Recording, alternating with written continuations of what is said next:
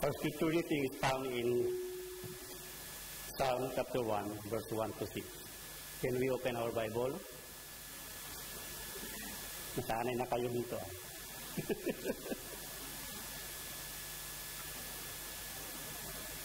Okay. Buksan po natin ating Biblia. Basahin po natin ito responsively at sa huling verse ay sabay-sabay po tayo. Psalm chapter 1, verse 1. Blessed is the one who does not walk in step with the wicked, or stand in the way that sinners take, or sit in the company of mockers.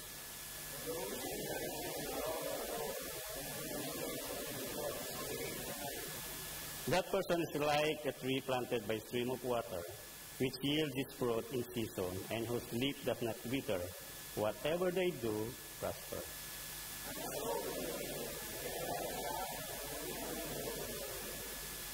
Therefore the wicked will not stand in the judgment, nor sinners in the assembly of the righteous. They will pass over the way of the righteous, but the way of the wicked leads to destruction. Tayo po'y manalangin.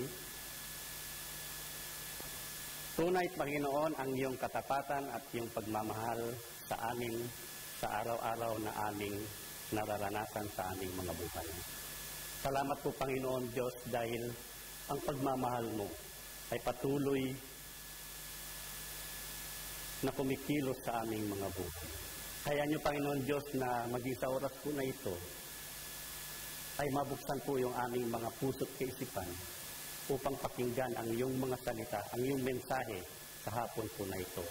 Kaya niyo ng pagkilos ng isang Espiritu, ang siyang maranasan po namin at ipaunawa sa amin ang iyong mga salita.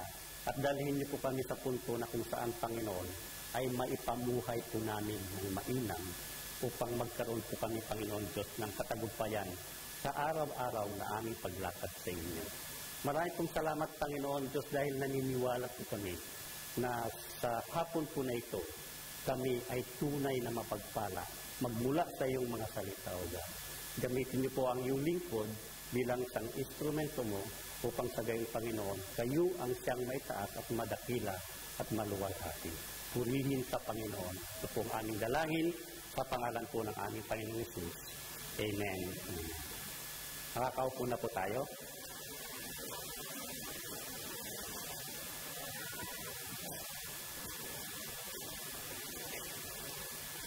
Magandang hapon po, mga kapatid. Nung first time ko pong mag-abroad, that was 1988. Ang tagal na noon, 1988. Excited po akong pumarito sa Bahrain. Okay? Excited po ako kasi hindi ko po alam kung ano pa itong Bahrain. Usually tayo, pag gusto po natin pumunta sa ibang lugar na hindi po natin alam yung lugar, mayroon tayong excitement yung ating puso. Ano kaya maganda doon? Okay? Mayroon tayong nabubuong mga plano. At habang tayo'y naglalakbay papunta dito, hindi ko alam kung karanasan niyo rin po ito, maraming mga bagay na gusto po natin mangyari sa ating buhay. Okay? Naku, malaki ang sweldo ko doon. Makakaipon ako ng malaking pera. Makakabili ako ng gusto ko. Okay? Yung hindi mo kayang bilhin sa Pilipinas, mabibili mo po dito. Dahil mayroon po tayong sweldo. Hindi ko alam kung ganun din po kayo. So habang tayo ay pauwi sa Pilipinas, pabalik ulit, mayroon lagi tayong iniisip, mayroon tayong mga plano na gustong mangyari sa ating buhay. Pero hindi lahat ay magtatagumpay. Tama po? Lahat po tayo ay OFW.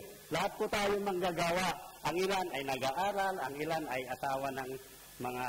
Pero OFW na rin po kayo. Tama po? Pero hindi lahat ay nagtatagumpay. Ito po yung katotohanan. Okay? Maaaring ikaw ay isang OFW na maging matagumpay na manggagawa. Maaaring ikaw ay hindi matagumpay. Maaari ikaw ay nagtagumpay, nabili mo lahat ng gusto mo, napaaral mo ang iyong anak, Of course, yun po yung una natin dahilan. Kung kaya tayo'y mag-ibang bansa at maiangat po natin yung kabuhayan ng ating pamilya. Masustentuhan po natin, may bigay po natin yung kanilang pangangailangan. Hello? Mukhang, kasi OFW tayong lahat, Yun po yung nangyayari. Hindi lahat ay naging matagumpay.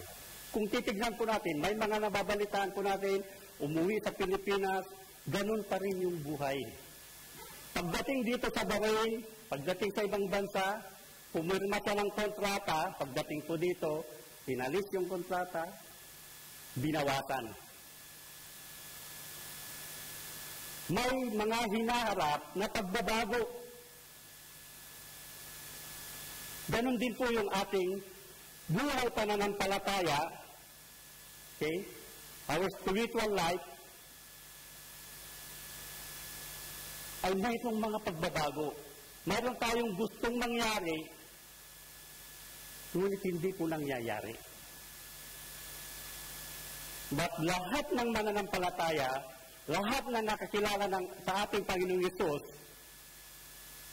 ang nais ng Diyos sa bawat isa ay isang matagumpay na mananampalataya. Pero paano po tayo maging matagumpay na mananampalataya?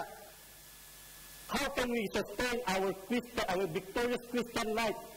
Kaya ang title po yung The Victorious Christian Life. Lahat po tayo ay gustong maging matagumpay.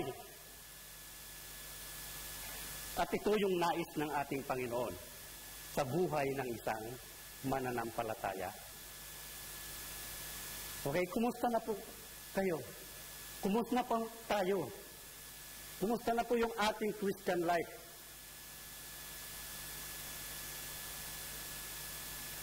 Kaya mayroon pong 4 na puntos, titignan po natin dito. How to sustain a victorious Christian life. Una po ay yung we need the wisdom of God. Okay? Sinong gustong wisdom dito?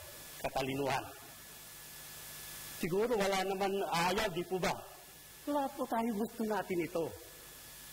Na magkaroon po tayo ng katalinuhan sa iba't ibang bagay. Katalinuhan na nagmumula sa ating Panginoong Hesus, Panginoong Diyos, upang tayo ay magtatagumpay.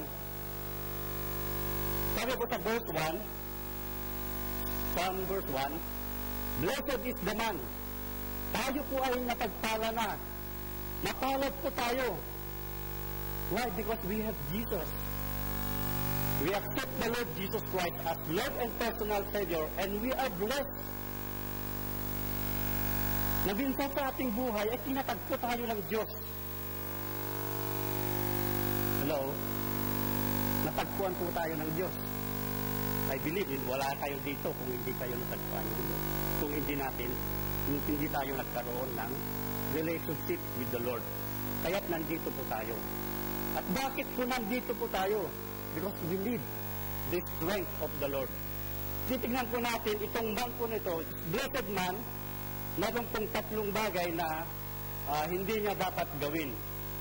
Una, who does not walk in the counsel of the wicked. Okay? The blessed man does not walk in the counsel of the wicked. Ano po ba yung counsel of the wicked? Ano po ba yung mga payo ng masasama? Hello? Alam po natin yon. Bago tayo nakakilala sa Panginoon, ay yun po yung way po natin. Hinahanap po natin yung magandang payo. Pero itong blessed man, the man does not walk. Hindi po siya lumalakad. Hindi po siya sumusunod tuon sa payo ng masama. Ano po bang sinusundan niya? The counsel of God. Ngayon, kung lalapitan mo ang ating kapatid, may problema ka, what's the right? Yes, because God is using our birthday para ibigay yung ating hinihiling. Pangalawa,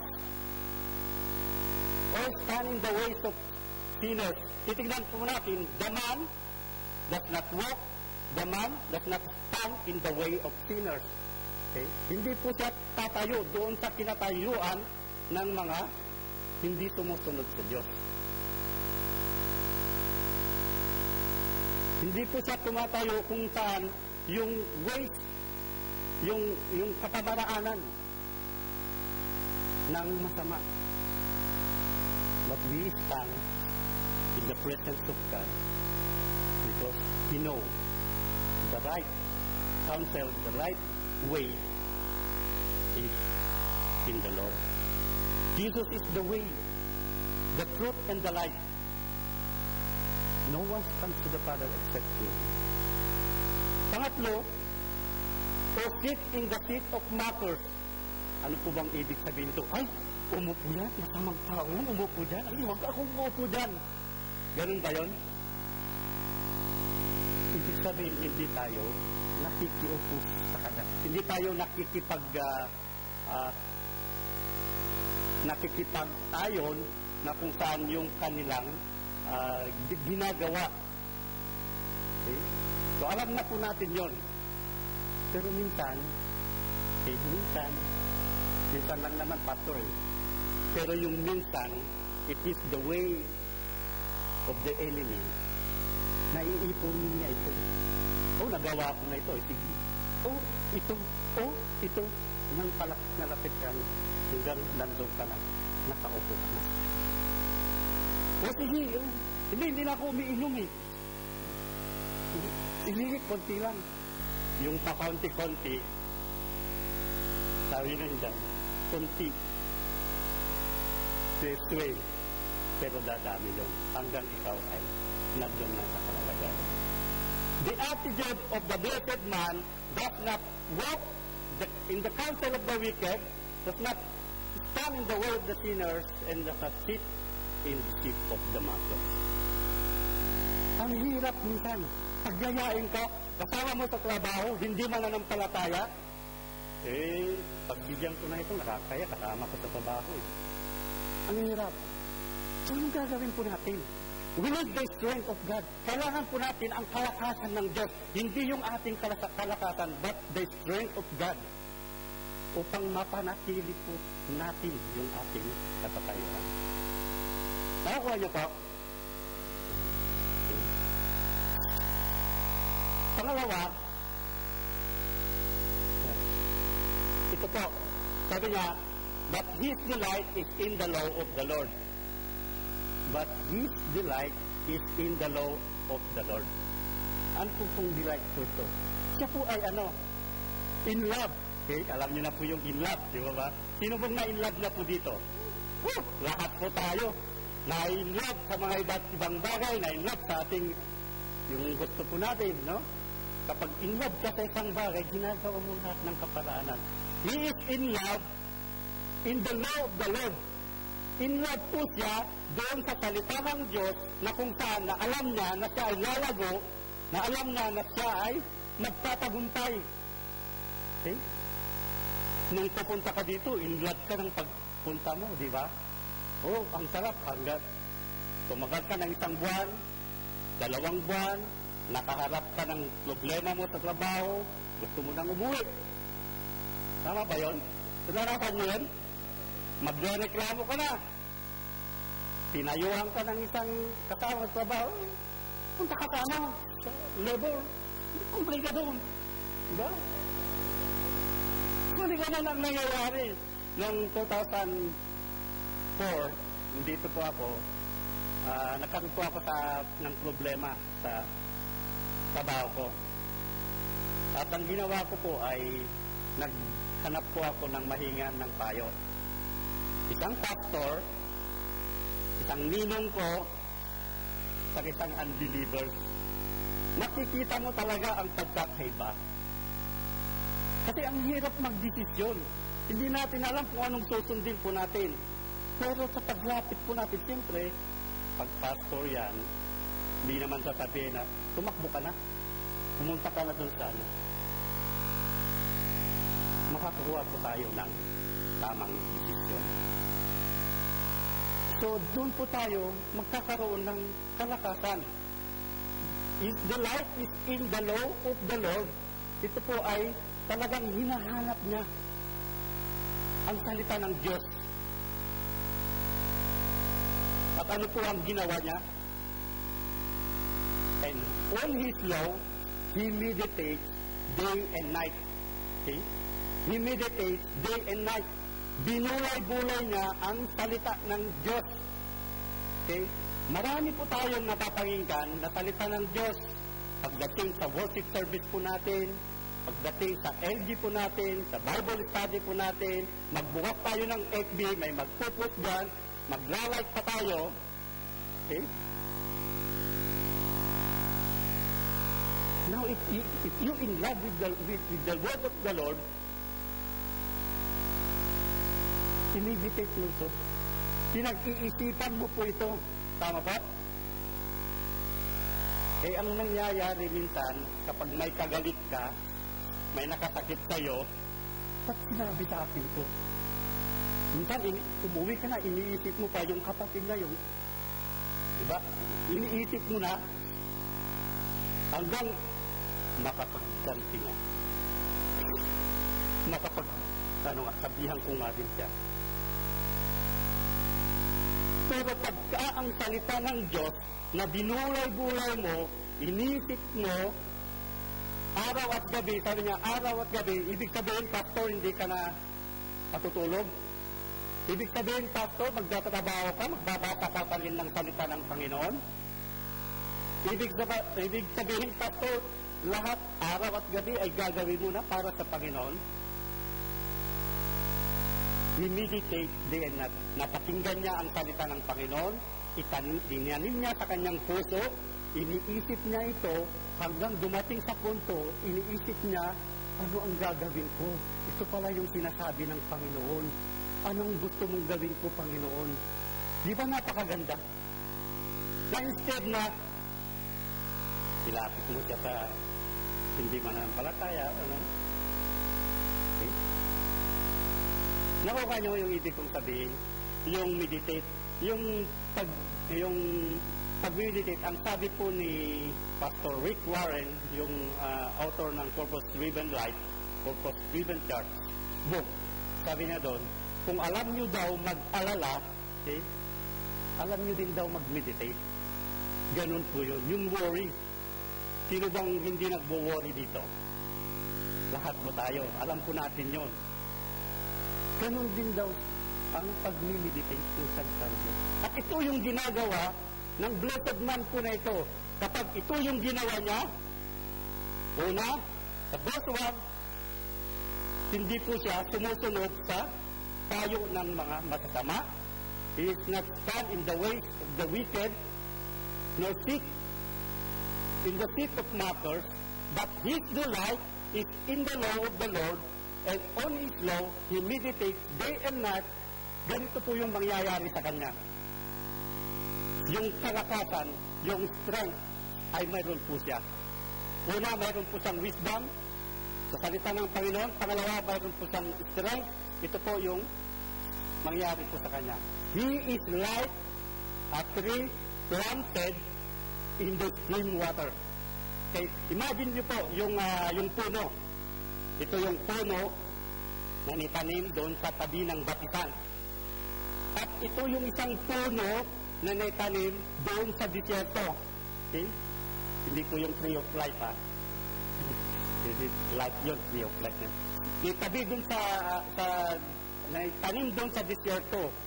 Ano po mangyayari? Itong isang puno po na ito na naitanim doon sa tabi ng batisan, at ano din po mangyayari itong puno po nito na nasa disyerto. Alam na po natin, of course, siya po ay mayroon siyang tubig, mayroon siyang pinagkukuhanan ng tubig, okay?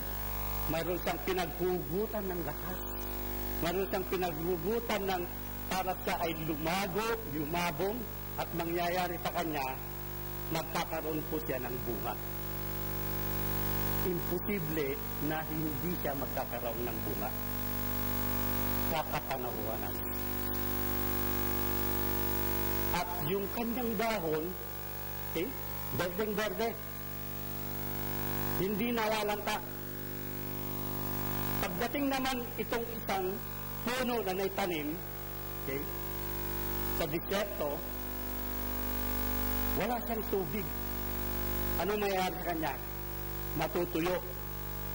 Anong sinyalis kapag isang puno ay mamamatay na?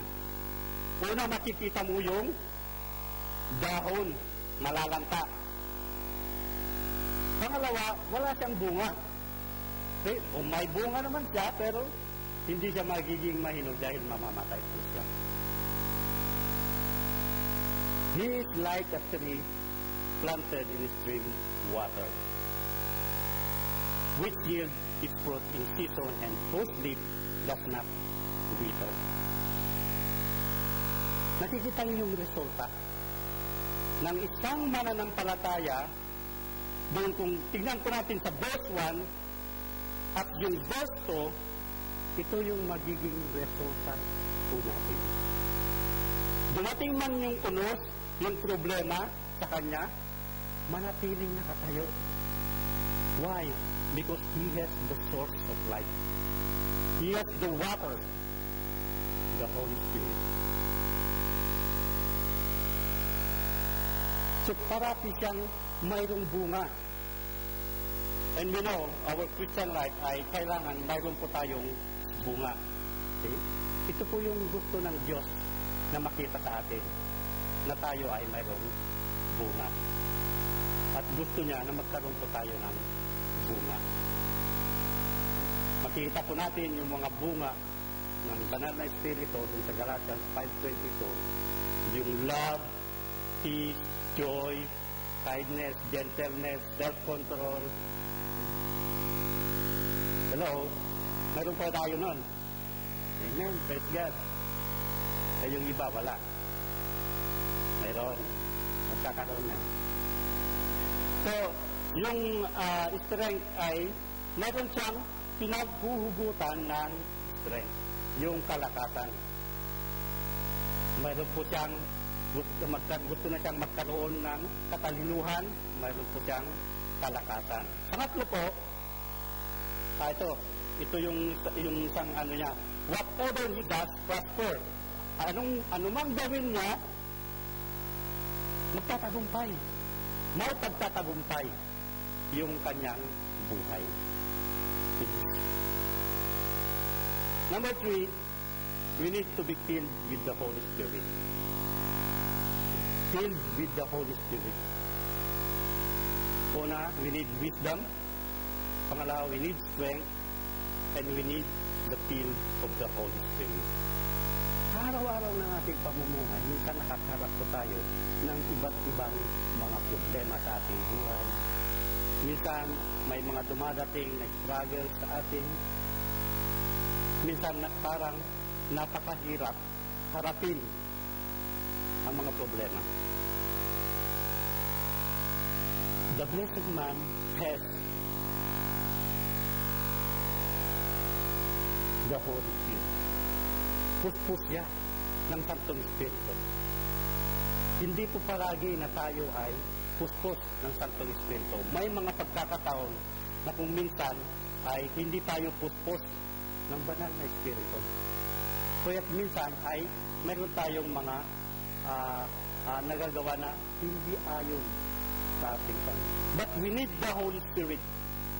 Kailangan po natin sa ating buhay, sa araw-araw po nating pamumuhay. Okay. Tignan po natin yung verse 4. Not so the wicked. Sabi niya, not so the wicked. Hindi katulad po nito, wicked, dahil hindi po niya ginagawa itong ginagawa nitong righteous. Yung blessed man. Yung blessed man, hindi niya rin po ginagawa dun sa ginagawa ng wicked. No, nakikita po natin. Not to the wicked, yung wicked, ang katulad niya rin po ay, okay, they are like chaff. Okay? Ipa ang kawangis, sa Tagalog. Ipa ang kawangis that the wind blows away. Okay. Alam niyo po ba yung ipa? Balat ng palay, yung ipa. Yung pagka nag-harvest po tayo ng palay, ngayon, iiwalay po natin yung ipa, yung walang laman. Mayroon pong electric fan na gawin o something na mag-blow o yung natural na hangin. Mayroon pong bila o ilalagay yun yung palay, yung tataas lang yun. At pag tumulo na yung palay, lilipad yung walang laman, yung ipa. Kaya lilipad yung ipa. Kapag, kasi tuyong-tuyo na po yun. Pero yung may laman, mananatili. Okay. Nakukuha niyo po, the blessed man and the wicked man. Ipa ang kawangis. Bakit po mananatili ang blessed man? Because it is with the Holy Spirit. Mayroon pong Santong Espiritu sa kanyang buhay. At ito po ay naranasan po natin nung tayo ay kumilala sa ating Panginoon ito bilang Panginoon tagapagligtas, the Holy Spirit resides in our heart. Nandito na po siya. Mayroon na tayong kung baga no bigat. The wicked,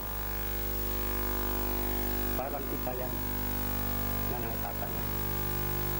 Nakukuha niya po. So, dito makikita po natin yung pagkakaiba.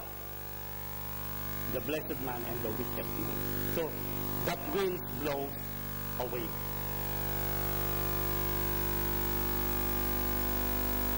Then, therefore, the wicked will not stand in the judgment.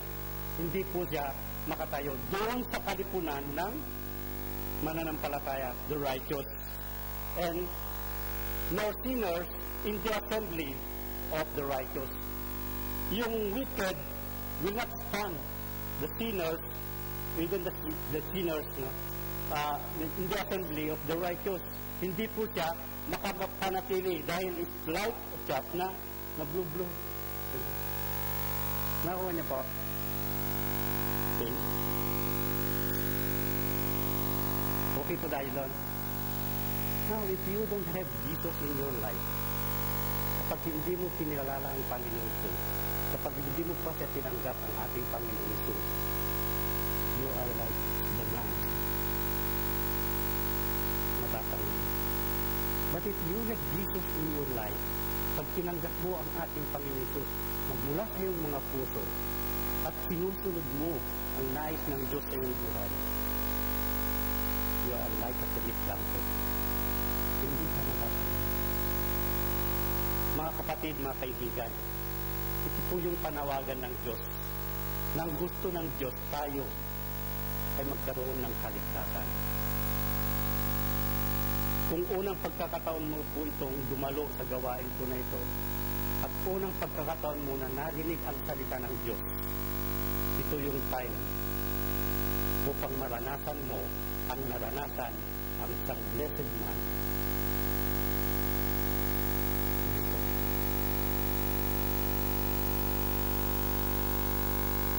Ang pagtanggap sa Panginoon ay sa pamamagitan ng pananampalataya. Kilala tayo ng Diyos at kilala ka.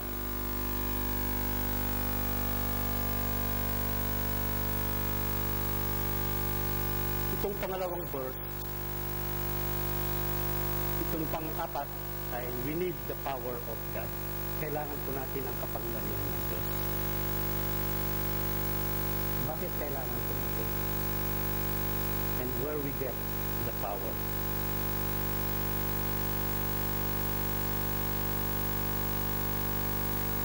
We need the power. Sabi po dun sa huli, the Lord watch over the way of the righteous. Kilala po tayo ng Diyos. Wala po tayong may tatago sa Kanya. Kilala niya po yung ating journey. Kung kailan po tayo hihina, kung kailan po tayo lalakas, kung kailan po tayo gusto yung katalinuhan ng Diyos. He watch over us. He watch our way. Alam niya kung ano yung problema mo ngayon.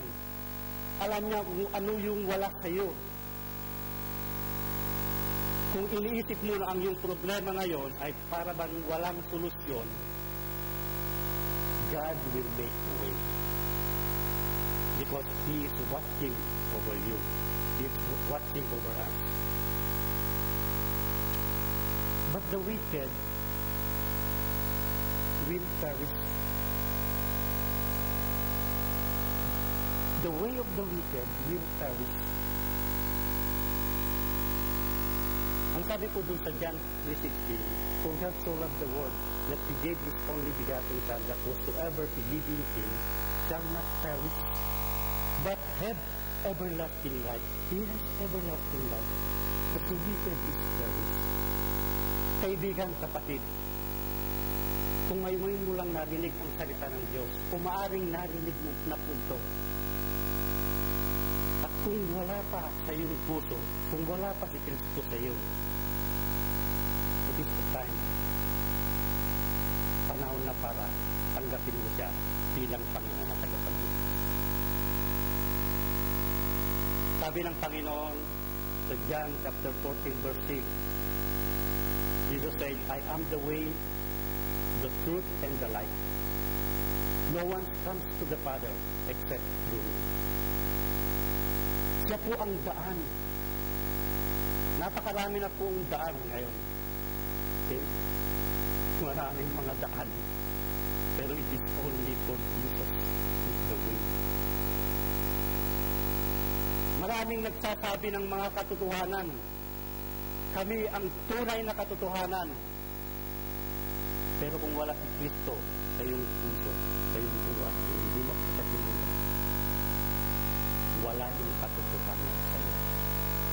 Sabi sa John chapter 8, verse 32, and you know the truth, and the truth will set you free. Gusto mo bang mapalaya?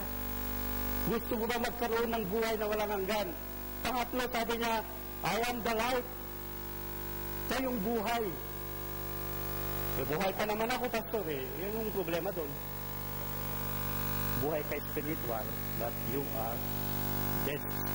Buhay ka physical, but you are dead spiritual. At ito yung nais ng Panginoong Yesus.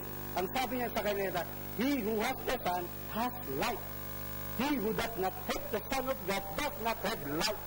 Gusto mo bang magkaroon ng buhay, kaibigan? Now, mayroon pong 4 na bagay na gagawin po ninyo kung wala pa si Kristo sa iyong puso at gusto mong tanggapin siya bilang tagapagligtas. Una, pagsisihan mo ang iyong mga kasalanan. Okay? Sabi niya sa kanyang salita sa Romans 3:23, for all have sinned and fall short of the glory of God. Lahat po tayo ay nagkasala at hindi nakabot doon sa kaluwalhatian ng Diyos. Pastor ba? Wala naman akong alam na kasalanan. Lahat po tayo ay nagkasala. At ng kasalanan po na ito ay minana po natin sa ating mga magulang. Pangalawa, you must believe, panampalatayaan mo na si Jesus ay namatay sa krus ng Kalbaryo para ikaw ay magkaroon ng buhay. Pangatlo, you must confess with your mouth that Jesus is Lord in your life.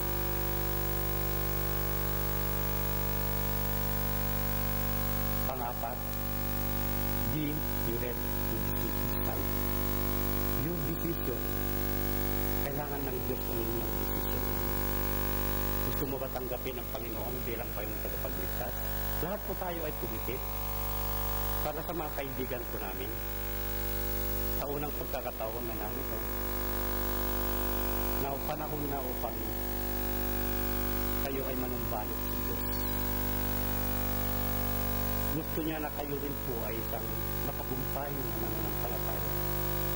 Gusto niya na kayo rin po ay mapalaya na kung saan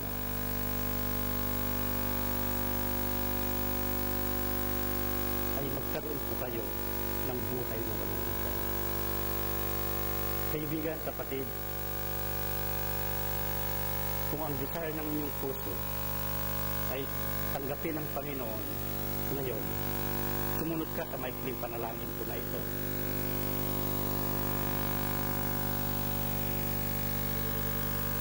Sundin mo po yung panalangin upang personal ang pagtanggap mo sa ating Panginoon Hesus. Panginoong Hesus, kinikilala ko na ako po isang makasalanan. Hindi ko kayang iligtas ang aking sarili. Nakita ko ang aking kalalagayan na katulad ng isang wicked, isang makasalanan. Inaamin ko na ako po ay nagkulang at nagkasala sa iyo. Salamat dahil naunawahan ko ang inyong panawagan, ang pagtanggap sa aming Panginoong Hesus bilang Panginoong Tagapagligtas. Narito po ako, binubuksan ko po ang aking puso at pinapapasok ko po kayo sa aking buhay. Salamat sa buhay na walang hanggan. Salamat sa pagliligtas mo po sa akin. Gusto ko pong sumunod sa iyo. Tulungan niyo po ako na mabuhay makasunod sa iyong nais sa aking buhay. Maraming pong salamat, Panginoon, sa buhay na walang hanggan. At ngayon, gawin mo po akong isang taong mamuhay na ayon sa iyong kalooban. Salamat po sa araw kong ito dahil ang araw ko na ito ay naisulat na ang aking pangalan sa aklat ng buhay. At dumating yung pagkakataon, yung time na ako ay harap sa inyo, ako po ay mapapabilang doon sa mga righteous dahil sa ating Panginoon Hesus. Kahit marami pong salamat, Panginoon, sa kaligtasan. Maraming pong salamat. Amen. Amen. Sa mga kapatid po namin, mga kaibigan po namin, tumugon sa panalangin po na ito, ay i-encourage po namin kayo na dumalo po ng mga Bible study, mga LG, at mayroon pong magpapalo up sa inyo.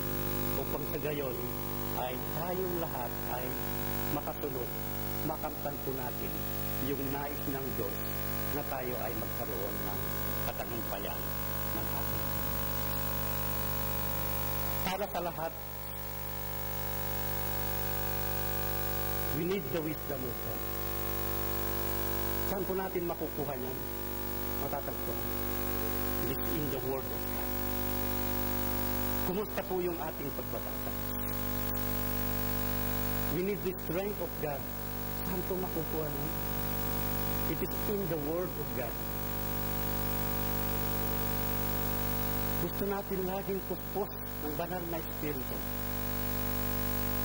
Pero minsan, iba yung napapakinggan po natin, iba yung nababasa po natin, iba yung napupuntahan po natin. And if we come into the Word of God, we still with the Holy Spirit. Minsan nawawalan po tayo ng kalakasan, kapangyarihan. Do you believe that the Word of God has the power into your life? He has the power into our life kung ito ay ating ipapamuhay. Hindi lamang po yung basahin po natin. Hindi lamang po yung magkaroon po tayo ng kalakasan at beneath this world, but we need the power of God. And how we can do that? It is only to abide in His Word day and night. Maaaring pagdating po ng next year, first ng January, yung celebration ng Bible Month, in our country, sa ating bansang Pilipinas, siniplet po ng ating presidente, the Bible Month. But how about us? We are Christians. How we value the Word of God. Sa mga kapatid, punahin bagong mananampalataya ngayon kumilala. It is only the source of our Christian life. Hindi po mahirap gawin po nito. It is a basic need of a Christian life. But how we can value the Word of God.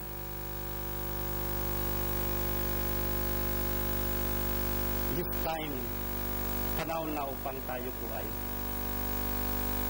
magsimula muli. Mayroon pong malapit na po akong matapos. Mayroon pong isang mananampalataya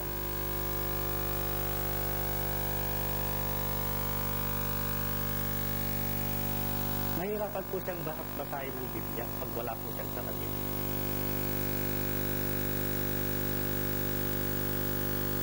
Ako, nahihirapan na rin po ako. Kaya kailangan ko rin yung iPad para. Ngayon, binasa niya yung kanyang Biblia ng Friday. The whole week, hinahanap na yung salamin niya. Anak, nasan na ba yung salamin ko? Kasi meron siyang babasahin na iba. Hanap siya ng hanap, lahat ng sulok hinahanap niya. Pumunta siya sa kwarto niya. Magpapay din ay, isang linggo na, yung salamin niya nasa loob ng Biblia.